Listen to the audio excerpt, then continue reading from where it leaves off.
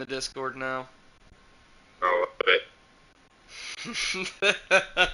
it. Coaching report fun. Funny. It is live on now, so let's go. Here, share, copy link, Discord, live chat.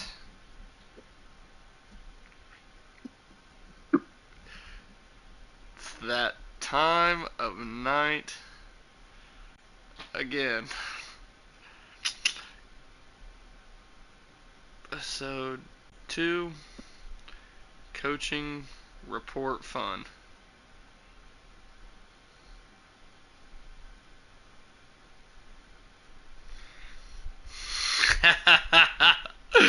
Oh, have fun with this one, fellas.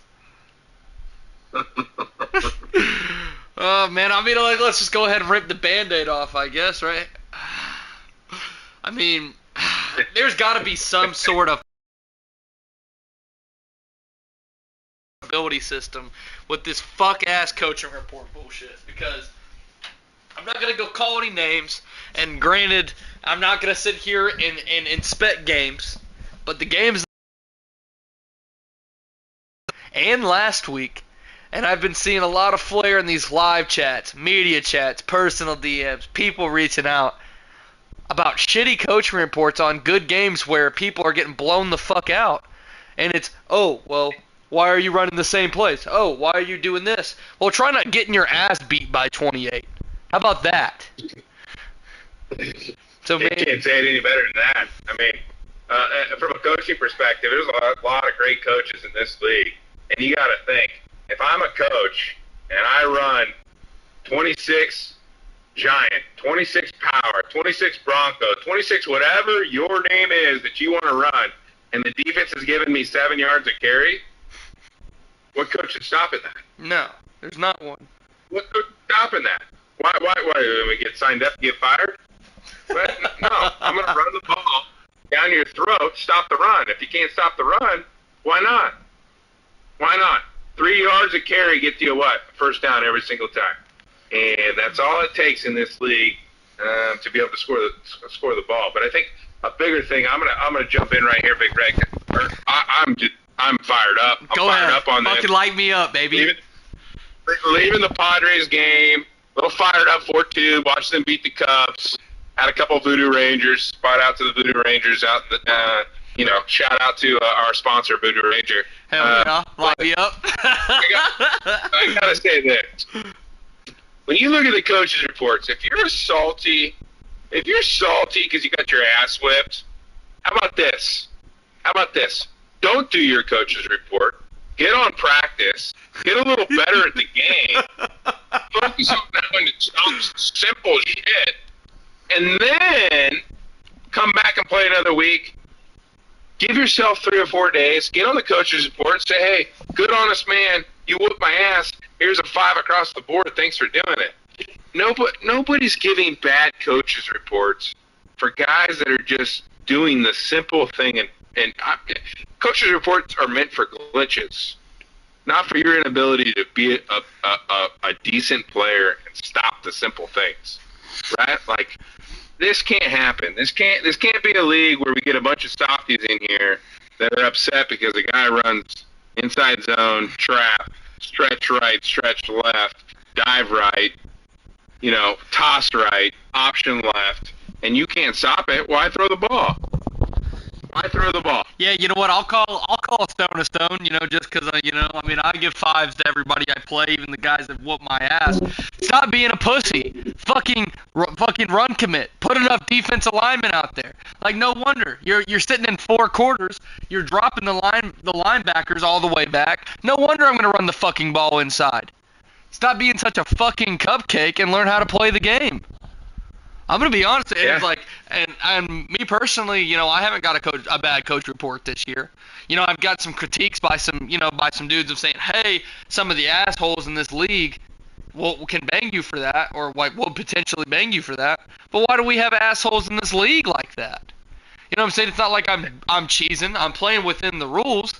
And I really do feel for all of the guys, especially in these G4s and lower tier SECs or even lower tier from the draft this year. Like, I mean, a couple of points on a coaching report can really fuck over somebody's draft position. So I mean, yeah, and I agree with that. You look at the draft project. That's a big one. Got multiple people in here giving certain scores that can really affect the draft. One of the things I also think about is just the generality of the game, right? Like, we have so much respect in this league. If you're going to respect somebody not to beat them by 60, then you should respect somebody to also give you a fair, honest coach's report. Yeah. It can't be just they beat me by 35 and I couldn't stop them. I got to give a bad CR report. That's not, those two things don't go atoms and atoms. Like, it's not fair, right? I look at some of the games I've played in recently, or even some of the games I've watched. Somebody gets up to a 21, 24, 28-0 halftime lead. Sucks, man. What do I run? 7 different varieties of run over and over and over and over. Well, what's the difference if I did that in the first half? Same thing here. Dude, so I think, and I swear to God, like, and like a big one too, like, I don't know if you were reading through the chats and this, that, and other, like a big one to me is, like, I hate to throw names out there, but Andy, dude, how many times have you played Andy? I love Andy to death. Andy's a hell of a competitor, a hell of a coach. He schemes a great fucking offense. He screams a great fucking defense. I watched the game he played. How is that guy not getting all fives? How are you going to look at this great coach at a great program? Take your ass whooping with a grain of salt, please. Like, I mean, I need, like, I don't mean to insult anybody's pride or really shit on anybody's day, but from the bottom of my heart, fuck you and stop being a sore loser. Genuinely. Like, I mean, and that goes to the entire NDL. I know, like, who does big underscore red 1300 think he is? Second year guy calling people's pussies left and right and bitches, this, that, and other. No, man. Fucking hell, like, I know there's players in here, people who've played sports left and right. Baseball's the biggest game of fucking failure. Shit, I fail fucking 3 times a week. Bare minimum. Fucking 93-mile-an-hour fastball right down the cock. Bomb. See you later. It's a fucking mistake, but guess what? I got to get back up and do it again. I got to get back up and do something better. So granted, when in this theoretical situation, the guy hits the 3-run fucking jack on you, don't go up there and beat his ass because he pimped it. Don't give it up in the fucking first place. So if you're so upset for getting 35 0'd because of, and the guy's running inside zone left and right, then, I mean, just don't get to that point. Or at least take a day or two to really analyze the game that you got going on. Yeah, and I think a big thing to just kind of highlight, just to, so it's not just so much of an event sesh by you and I, but is really the idea of the coach's report. It's excessive abuse, right? And so when you're looking at something, if a guy runs the ball 20 times and throws the ball 20 times, then running the ball or throwing it on you wasn't excessive. Now, there's only so many varieties that you can run within each of those. Now, if he drops back and runs out of those 20 passes 10 screen passes, that's excessive. That's worth a ding. But if he runs 3 screen passes out of 20, that's not excessive. That's normal in a game, right? Just like if he runs 3 stretches, 4 inside zone, 5 dives. There's only so many varieties that you can run within it. And I think it's something that, like, we just got to be conscious of when, hey, we get our ass kicked, or when we look at these coaches' reports. These coaches' reports weigh a little bit more than anything else. And it's really meant, from my understanding, and I could be wrong, and maybe we get a warning here from some of the powers that be that, hey, you guys are off on this, but it's not abusing plays, right? You're not running a nickel all man blitz up the middle dive, blitz up the middle every single down and rushing 6 guys. Can you blitz on first down every possession? Sure. That's your defensive schematic. Like, I blitz on first down. Second and third, I run a man or I run a zone. There's nothing wrong with that. There's 3 downs to a series, 4th down you punt. If I blitz, zone, and man, that's a variety. That's 33% of the time I blitz. There's nothing wrong with that. No, I swear and to so God. I think Like, that's where we're going. I mean, like, what's the fix for this? Because granted, like, I hold you to a very high standard. Like, granted, like a guy like Andy too, I hold to a very high standard. Like, and I've already had like I think let me count the chats. I have 1, 2, 3, 4, 5, 6 other people who have dealt with this problem already this week. What is and I mean I've watched all of those games except for one of them. And I'm like, okay, nothing's excessive here. For that thing where it's like, granted, maybe a play comes out once, a defensive play comes out once every 2 possessions. All right, but I mean, that comes out to being what, 10%, 8% of defensive snaps? I'm not saying that's excessive by no means. And granted, he got on one of the guys got bombed on it for a 75-yard touchdown one time. So I mean, dude, I don't know. I'm sure higher ups will hear this. I'm sure Wisconsin will hear this. I'm sure Nidler will hear this. I don't know what the fix is for this, but I feel like there needs to be some sort of accountability held, especially if there's repeat offenders on some of this shit. Because it'll really fuck over some dudes in the long run going into NCAA 26, NCAA 27, etc., etc., etc. Yeah, and I think the simplicity of it is which I respect is that overall like idea that they drop the lowest score and they drop the highest score. Totally understandable. Mm-hmm. But when you play 12 games, it takes one salty guy times 2 to really screw you up for a season that can get you a top 10 draft pick. And I don't, either one, you don't make coaches' reports weigh as much, or 2, you put more value on the coaches' reports on both sides of it, meaning the coaches' report that's given weighs just as much as the coach's report that's weighed. Yep. And so if somebody and give somebody a coach's report of 3s and 4s, you got to provide some evidence of like, hey, this is what we see. There's a committee. They go back and they watch the game, and if they view it that they don't agree with what you're saying, then maybe there's a penalty or a consequence there or a warning. Things get corrected. Have a conversation. Just like if a report that's false or bad or salty, then it's a, hey, we reviewed it. This is what we saw. Let's talk about it. Yeah, we didn't see that. Twice about it because you get your ass kicked. You get your ass kicked. I've been on both sides of it. Yes, dude. It's not right. Yeah, and I have this opportunity to say this because we're on it. Fuck you, Jiggy. Fuck you, Marion. Yeah, I've been on the other side of it. But dude, I like the time. Like if that's happening, bring up the timestamps. And I think like a committee towards that kind of thing, like an appeal process is good for the league. I really do. I mean, I think that like to me that's the only solution that there is here. Man, so I guess. Yeah. Hey, let me say one thing on the coaches report too. One of the things that you never see, and I think that is abused consistently in the league, is I think free safeties and middle linebackers are users every single down. They're not committed to their zone or man consistently in the defense. They do what as they free, right? Because their computer or their player used.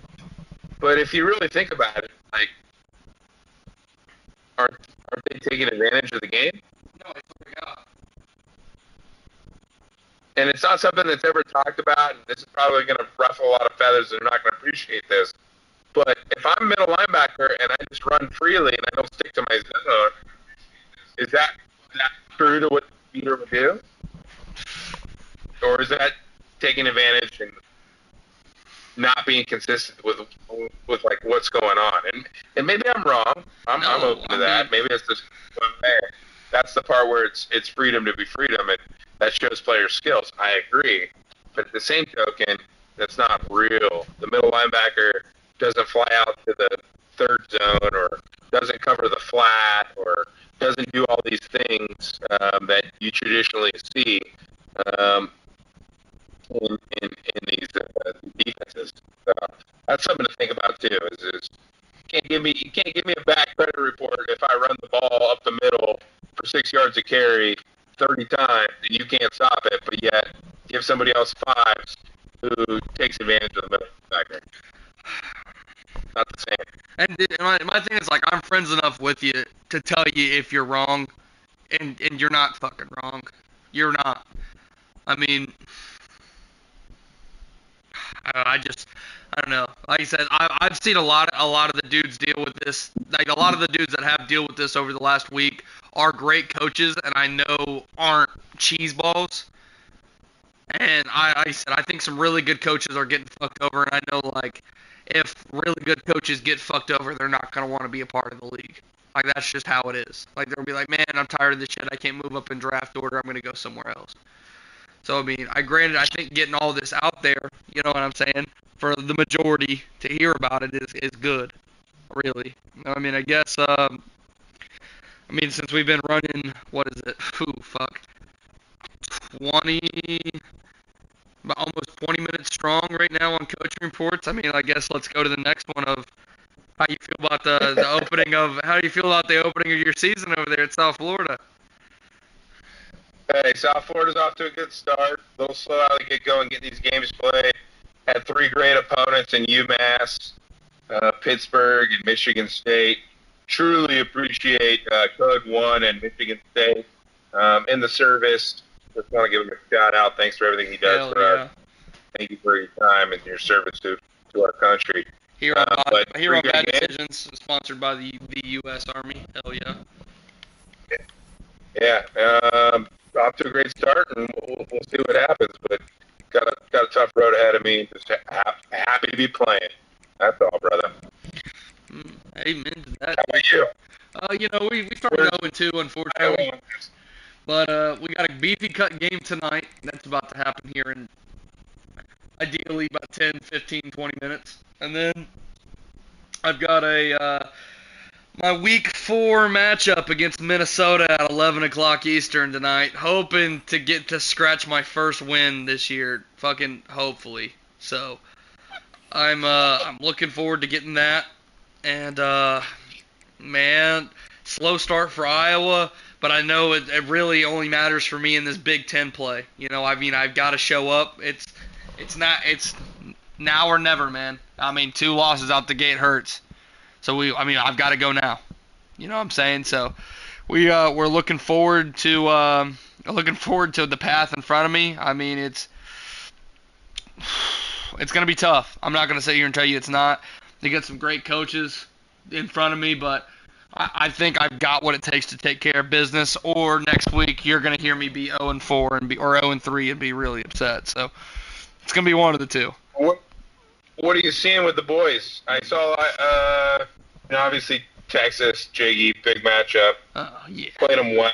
You actually played them tight. You played them closer than anybody else has played them. That's what I'm seeing, dude. Yeah. I think. Second week, thinking. And that second week, losing 2 heartbreakers, man. I mean, like I said, I think playing Jiggy close is going to be good for me and the commission. Like, if I, win out. Because, I think they'll appreciate that. And then, I think, man, I hope to gosh that Iowa State has a good year this year to make that loss by 7 look a lot better. So, it's kind of where I'm at right now. What I'm seeing in the league, though, how about Mizzou almost 35 in Georgia Tech? Dude, I told you that Missouri team's going to be one to watch out for.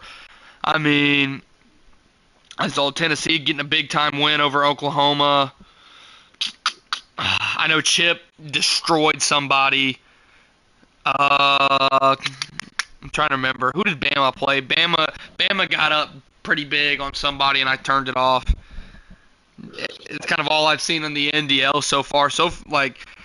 And I guess we can bring up this first poll, right? I know with poll votings for week 3 and 4, I think are supposed to drop, or like the voting is supposed to open up today, I think, right? Today or tomorrow? Yeah. Tomorrow it opens up. We get to see where everyone's at and kind of go from there. Because, hell, let me take a little peek at week at week 2 here before we bring this to a close, man. I mean, I think I saw the University of South Florida cracking the top 25, right? You kidding me? Barely squeaking in there, getting no love, but Coach Larry Bell's he's used to that coming from Sam Houston State. A lot of media out against him. I got it. I'm not one to take shots, but I got to say that listen to a fellow podcast about G5 schools, and somebody gave a shout out to you, Big Red, and ran their and you're my guy. You're my co-host, and I got to say I got to ask him, what did South Florida do to that guy? He spent 15 minutes talking about G5 schools, never once brought up South Florida. Ranked himself in the top 5 G5 schools. Never gave any love to South Florida, even though South Florida pummeled his school. So, little disappointed in that. Hey, prove them wrong. Prove them wrong. Not trying to talk too much, but I'm taking your back, brother. I'm taking your back. Thank you, dude. I appreciate that. On God, that's my hood baby twin. How you doing? But man, I mean, the best way I know how to put it is, I mean, go take care of business, man. I did not rank myself, is what Legendary Savage said in the messages. Oh, we got one of those G5 podcast cats sitting up in here. Wait just a minute. I think one of the things that we wanted to touch base on and kind of dive deep into that nobody else has really dived into thus far is, week 4 Massey ranking. They're out. Taking a look at that. Obviously, there's some great schools up there. I think the league favorite, Texas, number 1, rightfully so. Best, one of the best players with one of the best teams. He's going to be a force to reckon with, which is Jiggy at Texas. But the one that I want to highlight, that I think I continue to say, he's got a lot of talent. Your former coach at your school. He's at Texas Tech. He's ranked number 4, 4-0. What do you think? How you feeling about the Massey rankings? Dude, I'm gonna be honest with you with these Masseys. Like, some of them really, really good. Some of them really, really shit. Now, I tell you what, man, I think this like match of G5 guys that we do have is really gonna shock a lot of people. And to me, you're my G5 guy. You're my G5 guy that's going in as that person. But I do not think that you're gonna be uncontested. You know what I'm saying? Like, I think there's multiple coaches that are gonna go 12-0 here in that G5 side. And let me turn down. I'm about to play a Beefy Cup game too while we finish this up. Texas A&M set to kick off to christen this game. Hold on. Wait a minute. Don't move it. Let me call this fair catch and then get the audio right so it's not loud as tits.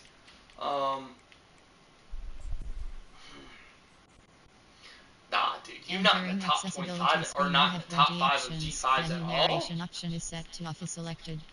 At all, brother.